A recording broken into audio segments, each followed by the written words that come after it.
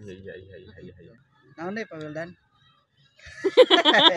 Anu kata-kata naon di edit mah. Tong ini juga nuju minta ditanya tah gitu mah. Kumaha sih cenah. Tapi teh naon diasupkeun ke mana? Kemenang atuh.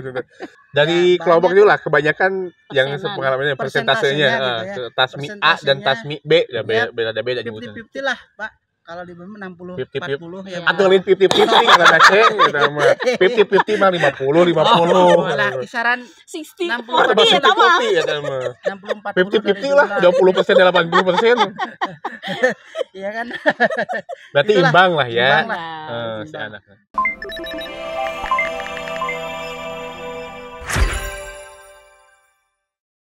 Assalamualaikum warahmatullahi wabarakatuh. Alhamdulillah hari ini episode pertama untuk podcast Siha. Podcastan ya. Karena podcastan, karena heureuyan mobilan kan. Berarti ini podcastan. Walaupun heureuy tapi isinya atau materinya bermakna banget, bermanfaat buat kita semua, khususnya buat anak-anak dan orang tua yang ada di rumah. Teman-teman di rumah, alhamdulillah untuk podcast pertama ini perdana nih. Alhamdulillah kita udah kedatangan dua narasumber sekaligus. Orang-orang kan kalau perdana satu dulu gitu, ngajaran. Ini mah perdana aja kita udah mendatangkan dua narasumber. Yang pertama ada Saya Ria.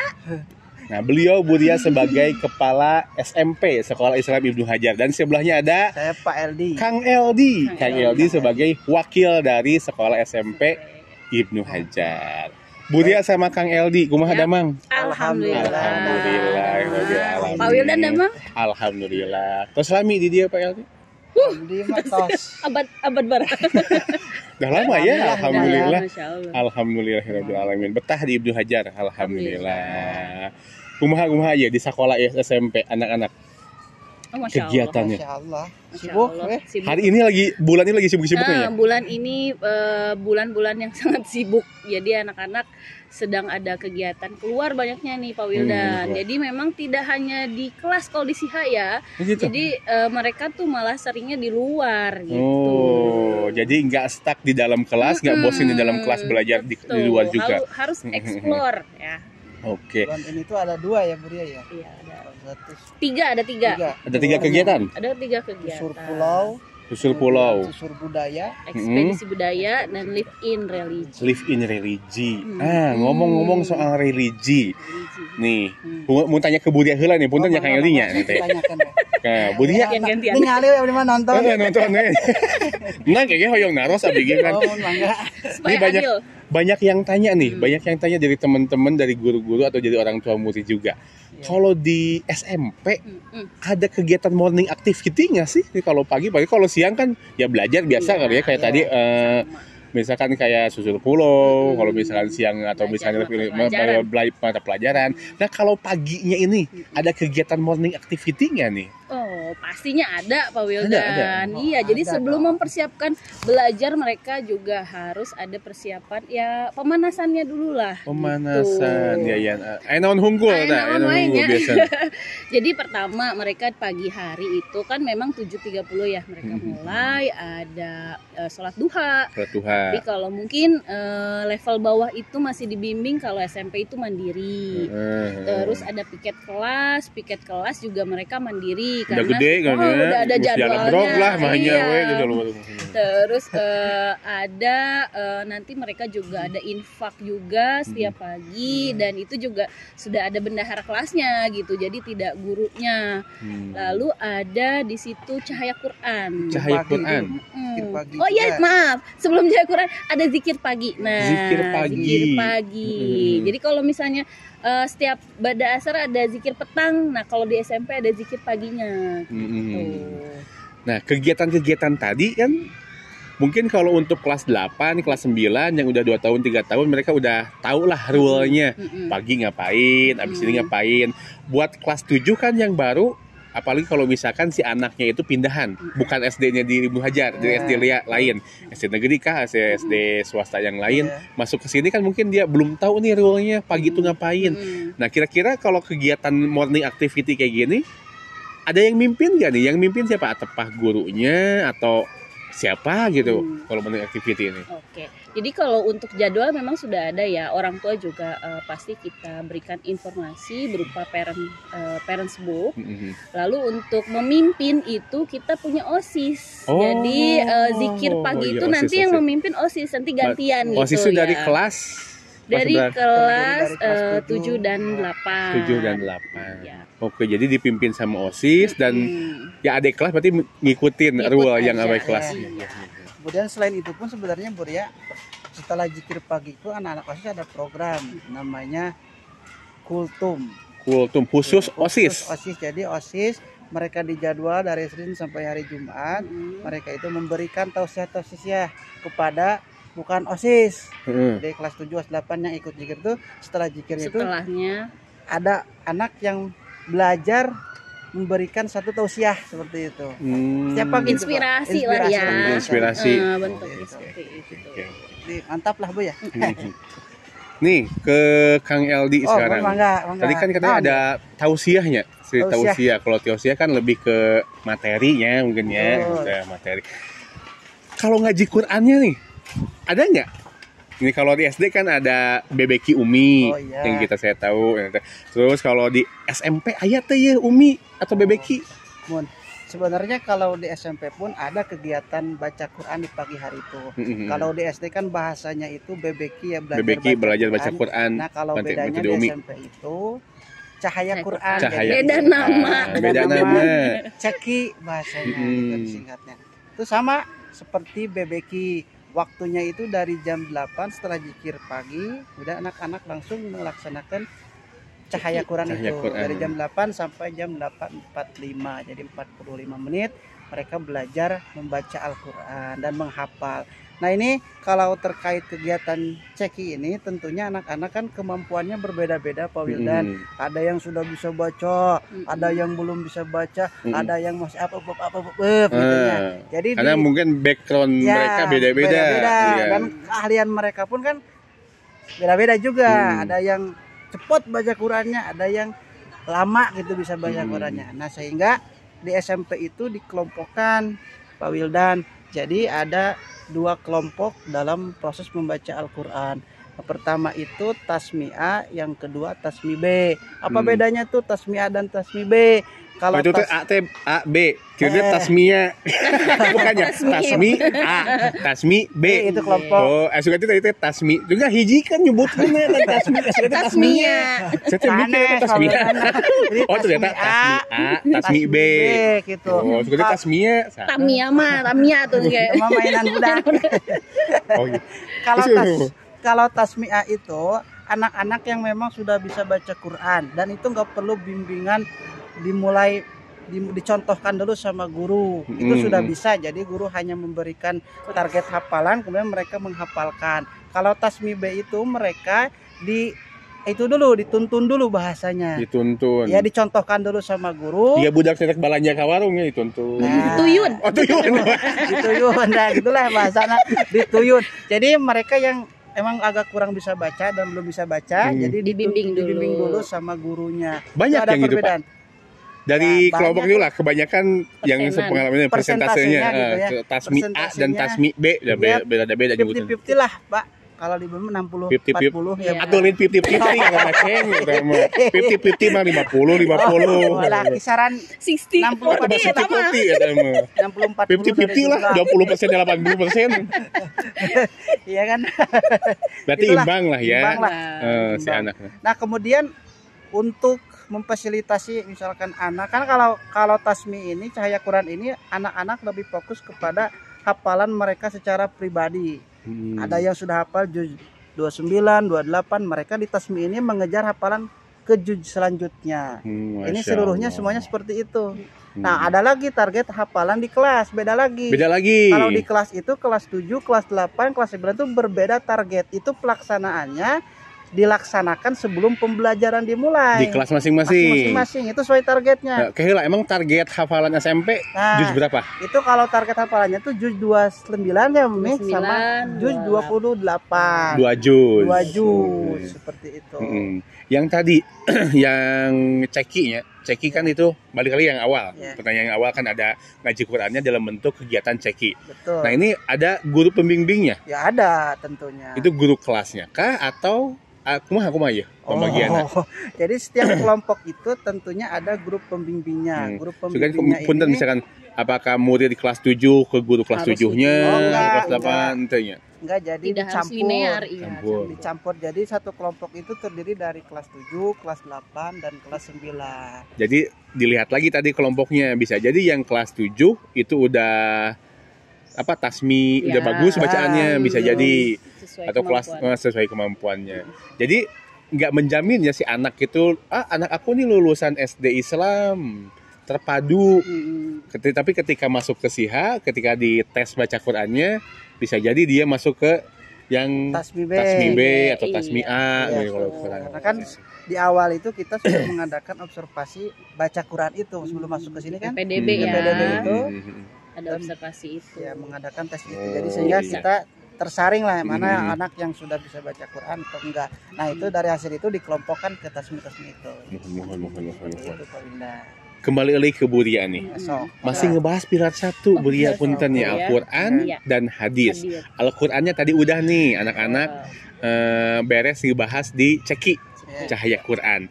Untuk hadisnya sendiri kalau hadisnya sendiri bagaimana nih? Hadisnya sendiri kita ada, tapi berbeda mungkin ya dengan SD, kita pakainya hadis arba'in. Hadis arba'in. Hadis arba'in. Jadi targetannya itu sebenarnya 20 ya, 20 hadis. 20 hadis. Dari 40. Iya. Berarti itu 50-50 berarti udah 50-50 setengahnya. Gitu. Ya itu kita pakainya hadis arba'in ada. Jadi setiap hari Senin sampai Kamis itu cahaya Quran, kalau di hari Jumat itu khusus cahaya hadis. Gitu. Biasanya berarti di hari Jumat doang. Hari Jumat. Hari Jumat aja. itu satu hadis atau berapa hadis biasanya yang disampaikan? Tergantung kan hadis itu ada yang memang panjang, ada yang pendek gitu, dan biasanya kita dari baca dulu, baca Arabnya, baca artinya. Lalu nanti tahapannya hafalan artinya dulu gitu. Terus nanti hafalan Arabnya dulu. Arabnya juga kalau panjang ya dipotong-potong gitu. Sama Jadi, sih sebenarnya kayak yang hafalan tahapannya di SD. tergantung kan, ada juga anak yang emang cepet hafalan hadisnya, ya mereka bisa lanjut juga gitu. Saya ada pernah baca hadis. Punten kalau misalkan keliru ya teman-teman, punten keliru. Pernah ada hadis yang menyebutkan barang siapa yang menghafal hadis arba'in sebanyak 40 hadis itu Allah mudahkan masuk ke surga. Terus Ustaz? Insyaallah lah. Insyaallah ya. Insya Allah kalau misalkan anak-anak lulus dari SMP SIHA udah menghafal 20 hadis, berarti tinggal 20 hadis lagi tuh yang mereka hafalkan. Insya Allah Allah mudahkan masuk ke surga. Tapi sebenarnya di fakta di lapangan ya Bu Ria ya. Jadi anak-anak SMP pos kalau target lulus SMP kan 20 hadis. 20 hadis. Tapi nyata real di lapangannya kan ketika anak-anak yang memang pemikirannya bagus, hafalannya cepat, itu ada yang melebihi itu. Bahkan mau sampai beres juga ada gitu, Pak. Jadi kita sebenarnya siapkan 40 ya, 40 40 hadis. Tapi memang targetannya minimal itu ya 20 mereka sudah. Iya. Nah, deh Pak Wildan. Ya anu kata-kata naon di edit mah. Ini juga dulu minta ditanya atau gitu mah. Kumaha sih cenah. Tapi itu naon diasupkan kayak mereka. Kamu menang atuh. Masih di Buria nih. Oh, di Bu Ria. Ya. Masih di Buria. Orang tua SD, khususnya orang tua SD Islam, SDIT atau SD Islam yang ada kebiasaan atau ada mereka tuh menghafal Al-Quran, ada kebiasaan menghafal Al-Quran di sekolahnya itu, ada kekhawatiran kalau masuk SMP itu hafalan Al-Qurannya itu nggak lanjut, mandek atau malah hilang. Nah, kalau di SMP SIH ini terkait hafalan Al-Quran ini gimana sistemnya nih? Sistemnya ya. Kalau di punten nih, kalau di SD Ibnu Hajar kan ada secara hafalan seorang-seorang. Kalau di Ibnu Hajar, di SMP Ibnu Hajar bagaimana hafalannya nih? Sebenarnya tadi sudah dijelaskan, terjawab sama Pak Eldi ya. Tadi jadi kita selain tadi ada target kelas, itu kan memang sesuai kelasnya masing-masing targetnya, yaitu tadi JUS 28 dan 29 gitu ya. Nah itu per levelnya ada targetannya. Dan untuk targetan pribadi, terkadang kan anak-anak juga ada yang misalnya dari lulusan mana itu memang dia sudah bahkan sudah hotmail JUS 29 gitu. Berarti kan dia melanjutkan saja. Nah itu ada mereka storannya di grup ceki tersebut bersama kelompoknya itu masing-masing bersama guru pembimbingnya masing-masing gitu. Jadi insya Allah hafalan juga yang misalnya yang belum, yang memang dia dari nol juga ada di ceki itu, tapi ditambah dengan hafalan kelas tadi gitu. Tapi kalau yang sudah melebihi itu sudah ada di ceki juga gitu. Oh di SMP udah ada hotmail Quran juga? Sudah ada Pak. Jadi nanti biasanya di level 8 memang agendanya di level 8 di semester 2 itu ada hotmail, tapi untuk pesertanya bisa dari level 7 dan 9 gitu. Update ini mah Pak Wildan ya Bu ya. Ya bisa jadi kalau misalkan yang adik kelas 7 karena dia di SMP di SD-nya itu udah menghafal di JUS 29, berarti ketika dia masuk kelas 7 dia siap ikut hotmail, boleh ikut hotmail sama kakak kelasnya.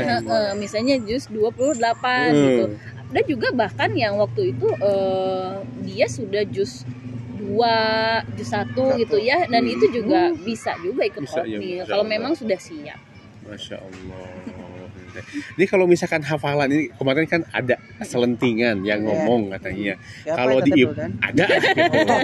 Sebutin ini namanya ada. Boleh. Katanya kalau di Ibnu Hajar itu SMP-nya, di SMP Ibnu Hajar hafalannya itu mandiri. Diserahkan kepada anak-anak. Nih gimana kalau mandiri gini Pak? Anak saya kan agak susah gitu kalau misalkan nggak digebrak-gebrak, hayo gitu. Di SD aja yang digebrak-gebrak sama gurunya susah. Apalagi ini SMP. Dilepas mandiri. Gimana? Apa kabar hafalan anak saya? Seperti itu. Mandirinya itu seperti apa sih? Apa? Coba. Kang Eldi. Saya apa ke Kang Eldi nih? Kang Eldi. Kang Eldi. Jadi memang kan secara pertumbuhan anak-anak SMP itu sudah mulai rasa mandirinya ada ya Bu ya. Jadi kita memfasilitasi itu untuk menumbuhkan sikap itu, kemandiriannya. Nah untuk kegiatan kenapa dilepas? Sebenarnya nggak dilepas. Sebenarnya karena di ceki itu, di kegiatan ceki pagi hari itu mereka itu bukan dilepas tapi dipantau, tapi hafalannya itu sendiri-sendiri karena memang target perorangan itu berbeda-beda di ceki itu. Ada yang sudah hafal 2 JUS 27, masa harus disamakan dengan JUS 28? Kan enggak. Jadi mereka menghafalkan sendiri. Bahasanya bukan dilepas, tapi menghafalkan sendiri, tapi tetap dalam pantauan guru seperti itu. Karena itu targetnya berbeda-beda anak itu. Jadi si anak bebas misalkan mau hari itu mau tambah hafalan 1 ayat kah, 2 ayat kah, 3 ayat kah gitu. Ada yang 1 halaman juga. Tapi di hari itu tetap harus ada yang di-storekan, yang dihafalkan minimal 1 ayat gitu. Oh iya.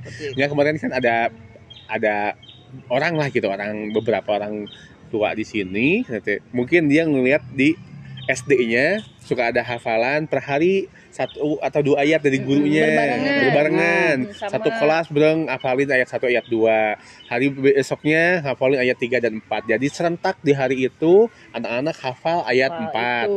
Nah, di SMP kan ternyata mandiri, diserahkan kepada anak-anak masing-masing. Aduh, kumaha itu Pak Wildan gitu.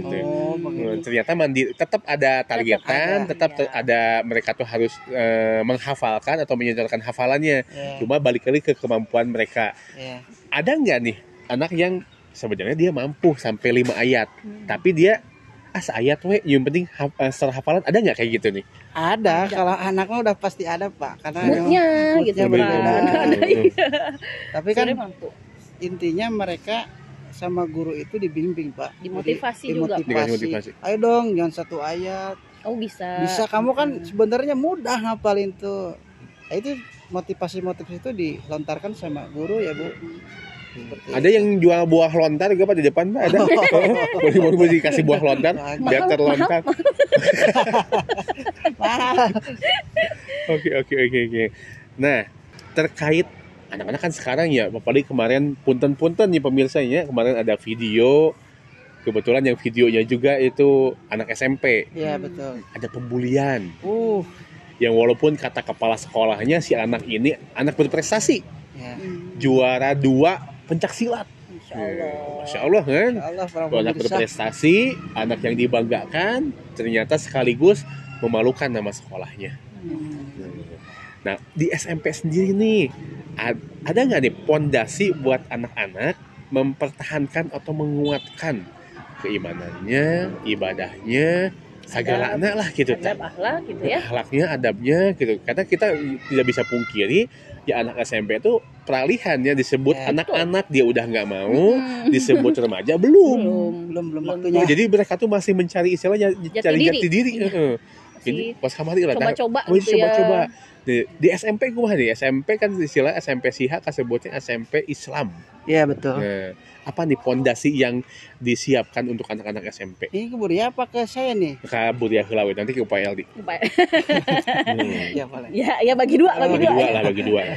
Jadi selain kita tadi ada bimbingan setiap harinya, tentunya di pelajaran juga ya, ya ada PAI yang kita tahu gitu ya, ada yang IPS-nya untuk ke sosialnya. Nah kita juga ada jam untuk Hisnul Muslim Pak. Hisnul Muslim. Hisnul Muslim. Apa tuh? Apa tuh? Hisnul Muslim. Hisnul Muslim. Pak Apa Eldi? tuh Muslim? Hisnul Muslim itu nama, sebenarnya hanya nama, tapi kegiatannya itu program-program yang memang untuk memperkuatkan keimanan dan ketakwaan anak-anak seperti itu. Jadi HM itu dilaksanakan itu di hari Kamis. Jadi dalam 1 minggu itu satu kali HM itu. Dan setiap level itu berbeda-beda ya Bu. Kalau kelas 7 itu ada penanaman akhlak. Itu mereka itu mengkaji kitab, karena kita di SMP itu sudah ingin belajar itu kepada kitab gitu ya Pak. Jadi berarti ada SMP rasa pesantren. Oh, itulah. Ada kitab yang diaji juga. Ya, betul. Iya. Masya Allah. Jadi memang kita nggak, kalau ada patokannya, ada sumbernya kan jelas, kita ilmu kita dan disampaikan ke anak itu pertanggungjawabannya jelas seperti itu. Dan rata-rata guru yang mengajar itu sudah pernah belajar juga dulunya di pesantren. Seperti itu Pak Wildan. Untuk kelas 7 itu mereka penanaman akhlak. Kitab apa nih yang diaji? Ini yang dipelajari sama mereka itu namanya kitab Ta'limul Muta'alim. Ta'limul. Yang dikarang oleh Syekh Imam Ajarnuji itu. Iya. Jadi di sana dibahas tuh terkait bab-bab dalam menuntut ilmu, dalam adab kepada orang tua dan guru dan lain sebagainya. Itu di kelas 7 ya Bu ya. Kemudian di kelas 8-nya itu mereka dibentengi, diberikan satu pemahaman terkait akidah. Jadi kelas 7 akhlak, kelas 8 akidah. Mereka juga sama pembelajarannya itu menggunakan kitab. Kitabnya itu Tijan Daruri. Oh, Tijan. Tijan Daruri kalau orang-orang pesantren dulu pasti tahu tuh. Itu dua kitab itu pernah saya aji juga sih. Masya Allah Ustaz ini. Kemudian di kelas 9-nya juga itu mereka diberikan pembelajaran terkait sirah nabawiyah. Sejarah nabi. Seperti itu Pak Wildan. Jadi secara benteng untuk anak SMP itu sudah dibentengi sama kita Pak. Ini punten nih, ngebahas nanti yang kitab. Itu anak-anak kayak ngaji kitab kayak di pesantren gitu, ngerap gitu. Atau kumaha? Pembelajarannya klasikal sebenarnya. Tapi setiap anak itu mempunyai kitab Pak. Mereka bawa kitab. Mereka harus wajib membawa kitab. Kalau nggak bawa kitab nggak boleh masuk. Gitu aturannya. Nggak bawa kitab biar nggak masuk gitu. Oh, ada aja anak yang seperti itu. Nah, intinya kan ketika kita belajar ya ada yang harus kita dibaca gitu kan. Patokan buat anak-anak sumbernya seperti itu.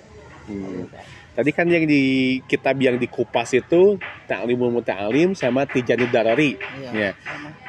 Hadisnya ya tuh ya Mang? Oh, hadis mah fikih, punten. Fikihna. Saya belum menjelaskan Bu. Fikihna ya, kumaha ayat tuh ya. Jadi dalam 1 tahun itu mereka kan kalau kelas 7 targetnya akhlak ya Pak. Jadi mereka belajar kitab tentang akhlak yaitu Ta'limul Muta'alim. Nah, jadi pembelajarannya itu diselang-seling pas sama kitab fikih. Jadi 1 minggu belajar adab, 1 minggu belajar fikih. Fikihna naon tah? Fikihnya itu kita merujuk kepada kitab Kasifatus Sajah, syarah dari kitab Safinatun Najah yang dikarang oleh Syekh Imam Nawawi Al-Bantani Berarti bisa ditegaskan di sini fikihnya memakai mazhab Syafi'i. mazhab Syafi'i. Alhamdulillah. Nah, tamhillah berarti ketika kita membahas fikih, bab pertama yang dibahas itu tentang bersucinya. Ya, betul. Semua kitab fikih, ya, teman-teman Rata-rata. kalau misalkan teman-teman datang ke perpustakaan manapun, buka bab fikih, rata-rata bab pertama yang dibahas itu yaitu tentang bersuci. Ya. Karena ketika Masya Allah, kita Ustadz ini. bersuci, ketika Boleh. beribadah, bersucinya itu kurang, Salah. berarti ibadahnya tadi diterima. Tidak sah. Makanya sebelum nonton ge bersuci heula anu kudu dibahas teh. Karena kabahas nu lain. Ya. Salat kah? Nondi nah sekabeh lah gitu. Yang penting bersuci ulah bersih. Makanya saya sok bersihnya bersih di kantin. Kayak jajanan naon Bersihan. dibersihan. Sapu bersih Sapu bener bersih, ya mah. gitu. Jadi intinya gini Pak Wildan, memang di SMP itu insya Allah untuk anak-anak dalam bab ibadahnya, bab tauhidnya itu secara teoritik maupun secara praktek mereka sudah diberi sama guru-gurunya, dan insya Allah terjaga. Dan mudah-mudahan anak-anak SMP ya Bu ya, nanti setelah lulus dari SMP ya menjadi pribadi-pribadi yang memang bukan hanya pikirannya duniawi tapi ukhrawinya. Alhamdulillah. Jadi tadi kita ngebahas pilar 1. Yang pertama Al-Qur'annya ada digonjlok diceki cahaya Al-Qur'an. Di hadisnya anak-anak digojlok di cahaya hadis. Termasuk juga yang di fikihnya ada di Hisnul Muslim. Di adabnya juga ada di situ.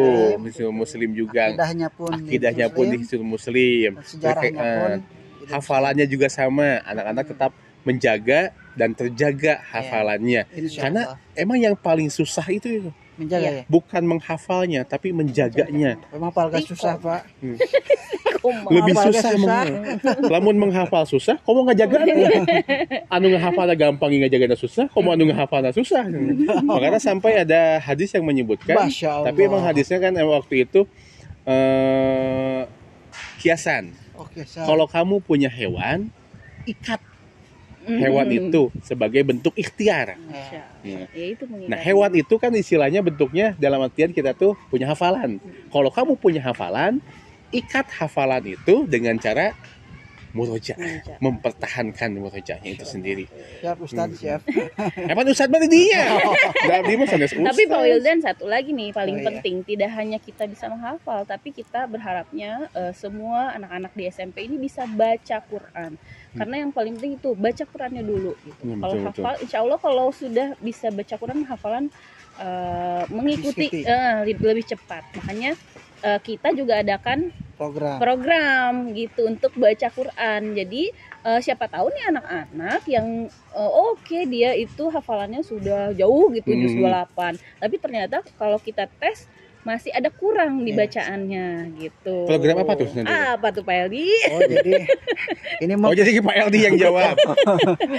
Duet sama. Jadi bagi anak-anak yang nggak bisa baca Quran, bukan nggak bisa, belum lancar, ya. Itu kita fasilitasi dengan program yang namanya akselerasi Pak. Akselerasi baca Quran. Ini terkhusus bagi anak-anak yang memang belum lancar.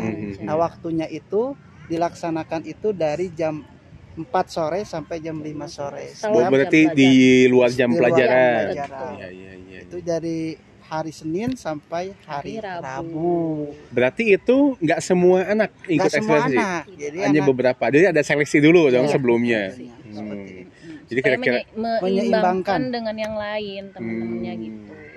Itu dari hasil seleksi itu dibagi kelompok lagi atau bagaimana? Oh iya, dibagi kelompok. Dibagi kelompok. Dan itu di setiap kelompok ya ada gurunya. Ya iyalah tuh.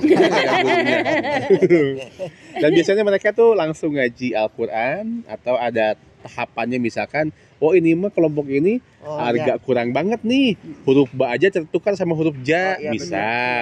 Betul, bisa kami bantu jawab. Harus dijawab. Harus jawab, kan saya nanya.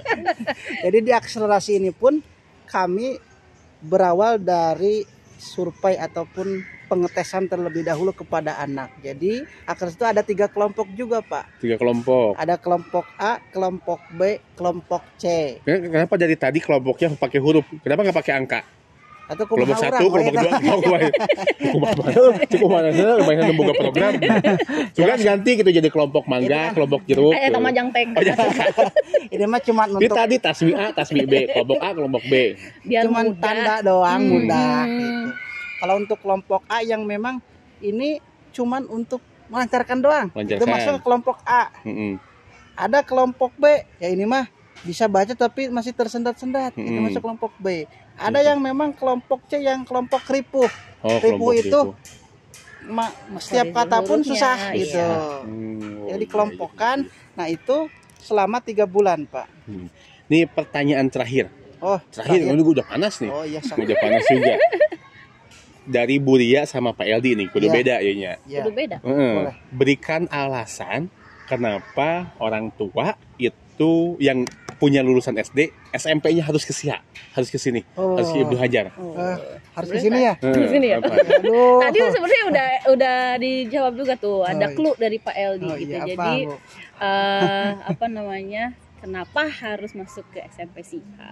Karena insya Allah di SMP pun karena tadi ada berapa program tuh banyak terkait hafalan Quran, baca Quran. Jadi insya Allah lulusan SD SMP SIHA ini juga masih terjaga gitu. Jadi bisa melanjutkan lagi perjuangan untuk menghafal Al-Qur'annya juga. Terus dapat pondasi yang kuat supaya nanti ketika mungkin tidak lanjut di SIHA lagi, lanjutnya di yang lain gitu ya, mereka masih punya bekal gitu. Dan bekalnya pun ya tidak hanya untuk dunia tapi untuk akhirat. Insya Allah. Jadi kado buat orang tua kan itu ya gitu ya. Betul, betul, Bekal untuk akhiratnya. betul. Dari Kang Eldi mungkin Oh, ada tambahan? Intinya kalau Ustadz nih ngomong. selama ini kalau dari lulusan SD nggak masuk ke SMP tuh sebenarnya sangat disayangkan sekali. Nyesel lah gitu. Nyesel. Kenapa nih nyeselnya? Karena rugi. Dari segi keimanannya itu selalu terjaga dengan program-program yang tadi. Kemudian dari segi adabnya juga terbentengi sama kajian-kajian tadi, Pak. Dari segi keagamaan mungkin kalau di sini Mas sudah sangat luar biasa sekali. Karena memang guru-gurunya pun itu lulusan pesantren, Pak. Masya Allah. Iya. Insya Allah. Jadi Insya secara Allah. keilmuan itu apa namanya? Sanadnya jelas. Sanadnya jelas. Iya. Insya Allah anak-anak itu terjaga. Insya Allah. Makanya orang tua bagi orang-orang tua yang masih ragu gitu yang menyekolahkannya ke SMP SIHA, jangan ragu lagi. Insya Allah kalau segi akidah kemudian akhlak terjaga ya Bu ya. Insya Allah. Amin. Bisa diambil kesimpulan sama saya nih. Ketika teman-teman atau orang tua yang lulusan SMP, mungkin kalau lulusan SMP A, anaknya bisa lulus ke SMA negeri. Masuk SMP B, anaknya bisa lulus ke SMA favorit. Tapi bisa dipastikan, lulusan anak SMP Ibnu Hajar bisa masuk surga.